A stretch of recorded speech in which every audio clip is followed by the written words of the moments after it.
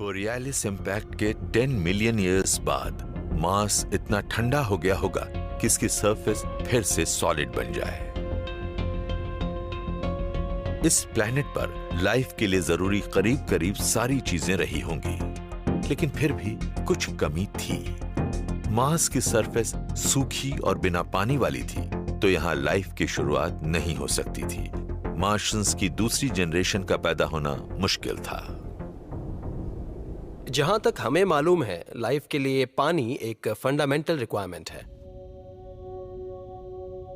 Year 2004 NASA का opportunity rover Mars पर land करता है। इसके मिशन का एक हिस्सा ये ढूंढना भी था कि क्या बोरियालिस इम्पैक्ट के बाद मार्स पर फिर से पानी नजर आया था।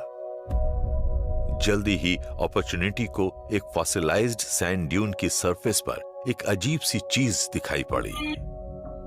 ये थे अजीब और गोल मेटेलिक रॉक्स। इन रॉक्स को कहा जाता है ब्लूबेरीज, और ये जेनी रेडेबा जैसे प्लैनेटरी जियोलॉजिस्ट्स के लिए एक इंपॉर्टेंट फाइंड है, क्योंकि फॉसिलाइज्ड सैंड ड्यून्स अर्थ पर, ऐसे ही आयरन नोड्यूल्स का मार्स पर बनना इंपॉर्टेंट है, क्योंकि ये बोरियालिस इम्पैक्ट की वजह से प्लैनेट के पिघलने के बाद बने होंगे, और ये बनते हैं पानी से।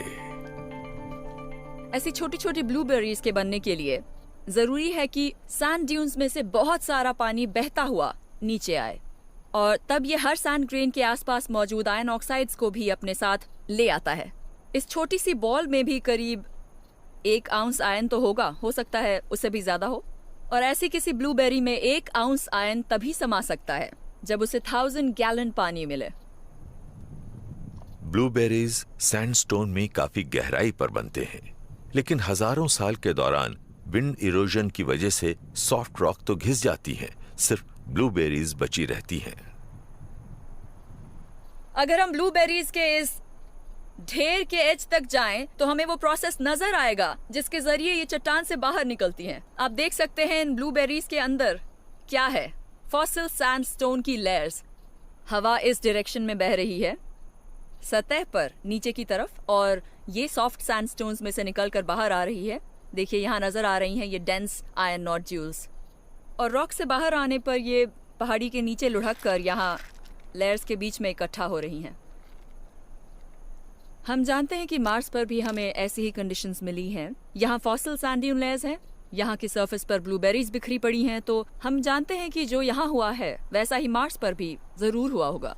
रॉक की सतह पर बहते पानी ने आयन इकट्ठा किया होगा, और वहाँ तेज हवाएं भी चल रही होंगी जिनसे फॉसिल सैंड ड्यून्स घिसे होंगे।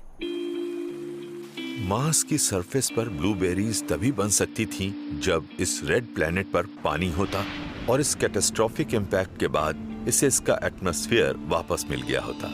सरफेस पर लिक्विड वाटर होने की वजह से लाइफ के लिए जरूरी सभी चीजें एक बार फिर मिली होंगी, ताकि मार्शियंस की एक दूसरी जनरेशन पैदा हो सके। वैली से थोड़ा ऊपर, फॉसिलाइज्ड ड्यून्स से थोड़ा आगे एक और जियोलॉजिकल फीचर है जो मार्स पर भी मिलता है, और इससे पता चल सकता है कि बोरियालिस इम्पैक्ट के बाद कितना पानी फिर से रेड प्लैनेट की सरफेस पर लौटा होगा। ये स्पेस बहुत नैरो है, पर है कमाल की। आप देख सकते हैं कि ये वॉल्स कितनी सीधी और वर्टिकल भी हैं। किसी स्लॉट कैनियन को एक्सपीरियंस करने का यही तरीका है। इस टेक्टोनिक एक्टिविटी की वजह से सरफेस में छोटे क्रैक्स आ सकते हैं, लेकिन इन क्रैक्स को वाइड डीप कैनियंस में बदलने के लिए किसी और चीज की जरूरत पड़ती है।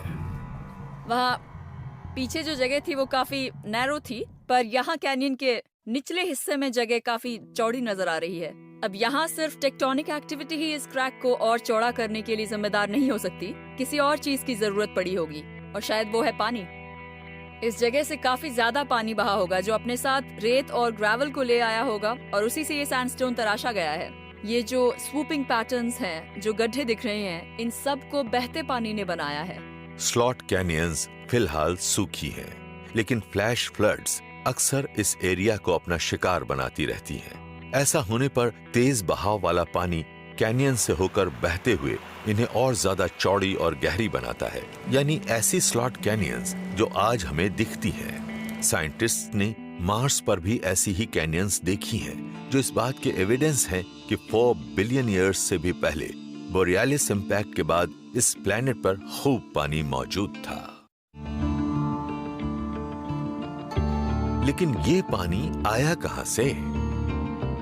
शायद ये इस प्लैनेट में ही मौजूद रहा हो। पानी काफी वॉल्यूम में मिलता है। हम जानते हैं कि अर्थ के मैंटल में काफी गहराई पर पानी मौजूद है, तो ये भी हो सकता है कि मार्स पर पानी बेशक गहराई में रहा हो और इस कैटास्ट्रॉफी के बाद भी ये बाहर आ गया होगा।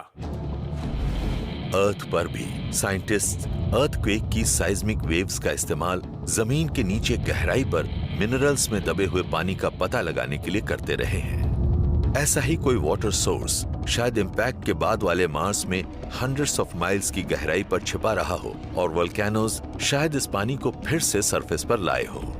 पानी प्लैनेट की सरफेस के नीचे से ऊपर तक जियोलॉजिकल एक्टिविटीज के जरिए भी पहुंच सकता है। इनमें वोल्केनोज भी शामिल हैं। अर्थ पर वोल्केनोज बहुत सी गैसेस को बाहर निकालते रहते हैं, जिनमें वाटर वेपर भी शामिल है।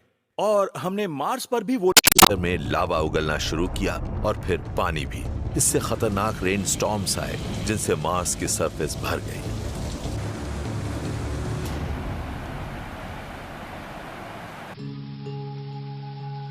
हजारों लाखों साल के दौरान मार्स पानी वाली एक दुनिया बन गया। एक बार फिर यहाँ मार्शियंस की दूसरी जनरेशन के पैदा होने के लिए एकदम सही कंडीशंस बन गईं। आपको लगेगा कि जिस तरह मार्स पर एक मैसिव कोलिजन हुआ, उसके बाद तो लाइफ का खेल खत्म हो जाएगा। लेकिन शायद सिचुएशन इतनी सिंपल नहीं है। हो सकता है कि एस्ट्रॉइड के इम्पैक्ट के बाद मार्स पर लाइफ का एक नया साइकिल शुरू हो गया हो। थियरी के मुताबिक 4 बिलियन ईयर्स पहले सोलर सिस्टम में 2 प्लैनेट्स पर लाइफ मौजूद थी। क्योंकि 140 मिलियन माइल्स दूर अर्थ पर लाइफ की शुरुआत हुई ही थी, और अर्थ क्योंकि एक स्टेबल प्लैनेट था, इसलिए एक दिन यहाँ हम जैसे इंसान इवॉल्व होने वाले थे। लेकिन मार्स की सिचुएशन बिल्कुल अलग थी। मार्स रिकॉनेसेंस ऑर्बिटर से मिले एविडेंस बताते हैं कि वहां एक आइसी एपोकलिप्स का हमला होने वाला था। मार्स की दूसरी जनरेशन के लिए सर्दियां शुरू होने को थी।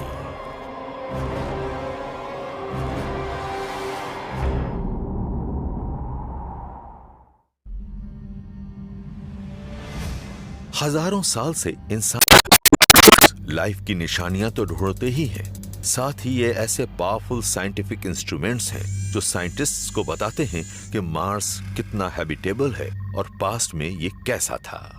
इस प्लैनेट के चारों तरफ हमारे कई ऑर्बिटर्स हैं, प्लैनेट पर कई लैंडर्स भी हैं, और इनकी वजह से ही हम मार्स को टॉप टू बॉटम कैटेगराइज कर पा रहे हैं। पहले ये कैपेबिलिटी हमारे पास नहीं थी, और सोलर सिस्टम के किसी भी दूसरे प्लैनेट पर हम ऐसा नहीं कर रहे हैं। इनमें हमारी अर्थ भी शामिल है।